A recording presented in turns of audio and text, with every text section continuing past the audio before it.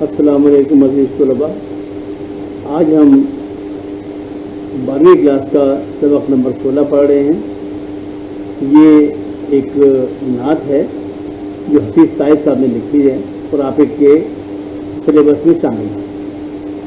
تو ہم چلتے ہیں اسکرین پہ جانے تاکہ اسکرین پہ جا کے میں آپ کو تمام یہ نعت پڑھ کے سنا بھی سکوں اور ہم اس کی آج مشق بھی مکمل کریں گے۔ تو چلتے ہیں اسکرین پہ۔ عزیز طلباء، ہم اسکرین پہ آ گئے ہیں اور اب میں آپ کو یہ نعت پڑھ کے سناتا ہوں جو حفیظ طائب صاحب کی لکھی ہوئی ہے اور آپ کے کورس میں شامل ہے۔ خوش خصال و خوش خیال و خوش خبر خیر البشر، خوش نژاد و خوش نہاد و خوش نظر خیر البشر، دل نواز و دل پذیر و دل نشیں و دل کشا، چارہ ساز و چارہ کار و چارہ گر خیر البشر،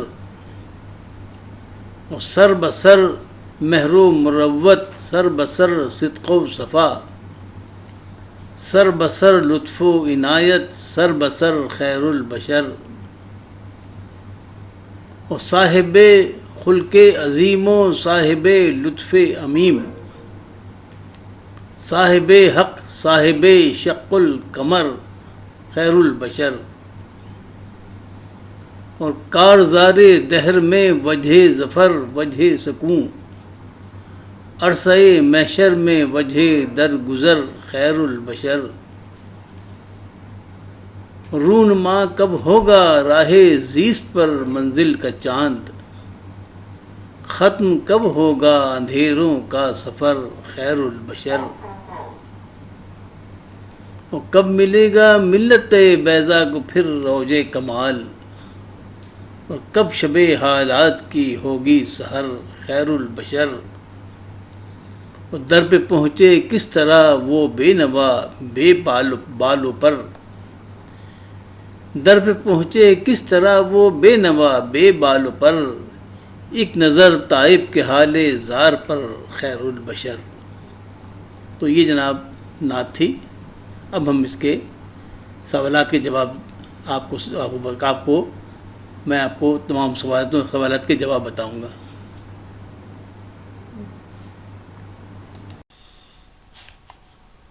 تو عزیز طلباء، اب ہم ابھی جو اپنے نعت آپ کو پڑھ کے سنائی حفیظ طائب صاحب کی، اب ہم اس کی مشق کریں گے۔ تو اس کے سوالات ہیں۔ پہلا سوال ہے، حفیظ طائب کے کسی مجموعے میں سے ایک اور نعت لے کر اپنی کاپی میں لکھیے۔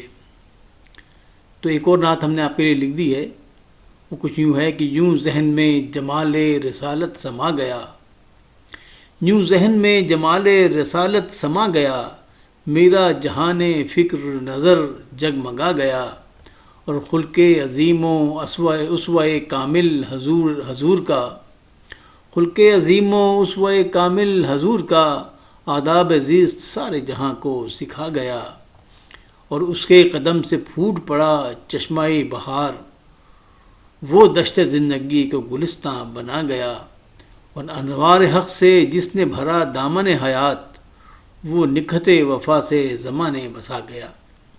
اور بھی بے شمار نعتیں ہیں، ان کی بہت سی نعتیں ہیں۔ تو آپ اگر ان کا کلام آپ کو کہیں مل سکے تو آپ اس کو، بلکہ آپ کی لائبریری میں ہوگا تو لائبریری میں سے آپ تلاش کر کے اس میں اور بہت سی نعتیں آپ پڑھ سکتے ہیں۔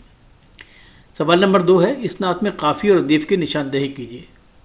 تو جناب ہم نے جواب میں آپ کے لیے لکھ دیا ہے کہ قافیے سے کون کون سے ہیں؟ خوش خبر، خوش نظر، چارہ گر، سربسر، شق القمر، درگزر، سفر، سحر، پر۔ اور ردیف کیا ہے؟ ردیف وہ ہے جو بار بار ہر شعر کے میں یعنی قافیے کے بعد آئے، تو ردیف ہے اس کی خیر البشر۔ سوال نمبر 3 ہے، خوش خصال، خوش خیال، خوش خبر، خوش نژاد، خوش نہاد اور خوش نظر میں خوش سابقہ ہے۔ آپ مندرجہ ذیل سابقوں میں سے پانچ لفظ بنائیے۔ کون کون سے سابقے استعمال کرنے ہیں؟ دل، چارہ، سر، صاحب، وجہ اور بے۔ تو جواب یوں ہے کہ دل اگر آپ سابقہ بنائیں تو اس کے جو الفاظ بنیں گے وہ ہوں گے دل آویز، دل ربا، دل پسند، دل لگی، دل جلی۔ چارہ کو اگر ہم سابقہ بنائیں تو اس کے ساتھ جو الفاظ بنیں گے وہ ہوں گے چارہ گر، چارہ ساز، چارہ جو، چارہ کار، چارہ پرداز۔ اب ایک لفظ ہے سر، اگر سر کو ہم بنائیں سابقہ تو سابقہ اس کے ساتھ جو الفاظ بنیں گے وہ ہوں گے سرگراں، سرکردہ، سرکش، سربراہ، سر توڑ۔ اگلا لفظ ہے صاحب، صاحب کے الفاظ کیا بنیں گے؟ صاحب فن، صاحب کمال، صاحب مال، صاحب دل اور صاحب شوق۔ اگلا ہے وجہ، تو وجہ کے الفاظ جو بنیں گے وہ یوں ہوں گے وجہ انات، وجہ ستائش، وجہ سکون، وجہ درگزر اور وجہ تخلیق۔ اگلا لفظ ہے بے سے کیا بنے گا؟ بے درد، بے مثال، بے وجہ، بے وقت، بے ادب۔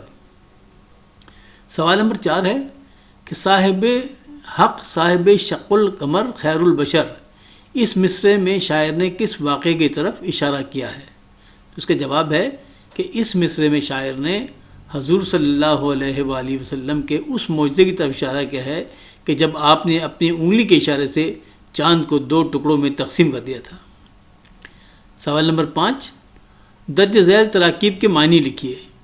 مہر و مروت، صدق و صفا، لطف و عنایت، خلق عظیم، لطف حمیم، صاحب حق، کارزار دہر، وجہ ظفر، وجہ سکون، وجہ درگزر، راہ زیست، ملت بیضا، اوج کمال، شب حالات اور حال زار۔ تو یہ جو ہم نے ابھی آپ کو تمام یعنی الفاظ پڑھ کے سنائے، تراکیب جو ہیں اردو کی، تو اب اس کے ہم آپ کو معنی سمجھانے کی کوشش کرتے ہیں۔ مہر و مروت، مہر و مروت کے معنی ہے محبت اور شفقت۔ صدق و صفا، صدق و صفا کہتے ہیں سچائی اور خلوص کو۔ لطف و عنایت، لطف و عنایت کے معنی ہے کرم و مہربانی۔ خلق عظیم، خلق عظیم جو ہے یہ خاص طور پر حضور اکرم صلی اللہ علیہ وسلم کے اعلی اخلاق اور حسن سیرت کے لیے استعمال ہوتا ہے۔ لطف عمیم، لطف عمیم کے معنی سب کے لیے یکساں مہربانی۔ صاحب حق، صاحب حق کے معنی ہے حقدار، صاحب حق حق رکھنے والا یعنی حقدار۔ کارزار دہر، کارزار دہر کے معنی ہے دنیا کا میدان، دہر کہتے ہیں دنیا کو، کارزار میدان یعنی جہاں پہ لڑائی ہوتی ہے یا جہاں پہ آزمائش ہوتی ہے، تو دنیا کے میدان آزمائش۔ وجہ ظفر، کامیابی کی کنجی، ظفر کہتے ہیں کامیابی کو، وجہ ظفر یعنی کامیابی کنجی یا کامیابی کی وجہ۔ وجہ سکون، سکون و اطمینان کا باعث، یعنی وہ وجہ جو جس کی وجہ سے سکون و اطمینان نصیب ہو۔ وجہ درگزر، وجہ درگزر، درگزر کہتے ہیں معاف کر دینے کو، وجہ درگزر معاف کر دینے کی وجہ۔ راہ زیست، راہ زیست کہتے ہیں زندگی گزارنے کا طریقہ۔ ملت بیضا، ملت بیضا استعمال ہوتا ہے مسلم قوم کے لیے۔ اوج کمال، اوج کمال کے معنی ہیں فن کی معراج یعنی فن کی انتہا۔ شب حالات، شب حالات کا مطلب ہے حالات کی رات یعنی برے حالات۔ حال زار، حال زار بھی کہتے ہیں برے حال کو۔ نمبر 6، درج ذیل اشعار کی تشریح کیجیے۔ اب ہم کو یہ جو اشعار کیا ہیں وہ ہیں کارزار دہر میں وجہ ظفر، وجہ سکون، عرصۂ محشر میں وجہ درگزر خیر البشر، اور رہنما کب ہوگا راہ زیست پر منزل کا چاند، ختم کب ہوگا اندھیروں کا سفر خیر البشر، اور کب ملے گا ملت بیضا کو پھر اوج کمال، کب شب حالات کی ہوگی سحر خیر البشر۔ تو عزیز طلباء، آپ نے یہ جو اشعار آپ تھے اس میں جن کی تشریح کے لیے کہا گیا اب آپ نے سن لیے، اب ہم اس کے اشعار کی تشریح کریں گے۔ تو پہلے جو تھا وہ تھا کہ کارزار دہر میں وجہ ظفر وجہ سکون، عرصۂ محشر میں وجہ درگزر خیر البشر۔ تو اس شعر میں شاعر نے یہ کہا ہے کہ حضور صلی اللہ علیہ وآلہ وسلم دنیا میں کامیابی اور سکون کا باعث ہیں، اور روز قیامت بھی ہمیں معافی انہی کی شفاعت سے ملے گی۔ تو اس شعر کا یہ مطلب ہوا۔ دوسرا ہے کہ رونما کب ہوگا راہ زیست پر منزل کا چاند، ختم کب ہوگا اندھیروں کا سفر خیر البشر۔ تو اس شعر میں شاعر حضور اکرم صلی اللہ علیہ وآلہ وسلم سے سوال کرتا ہے کہ کب مسلمان اپنی منزل پر پہنچیں گے، یعنی کہ کب دنیا میں کامیاب کامران ہوں گے، اور کب مسلمانوں کا یہ گمراہی اور ناکامیوں کا سفر ختم ہوگا۔ تیسرا شعر ہے کہ کب ملے گا ملت بیضا کو پھر اوج کمال، اور کب شب حالات کی ہوگی سحر خیر البشر۔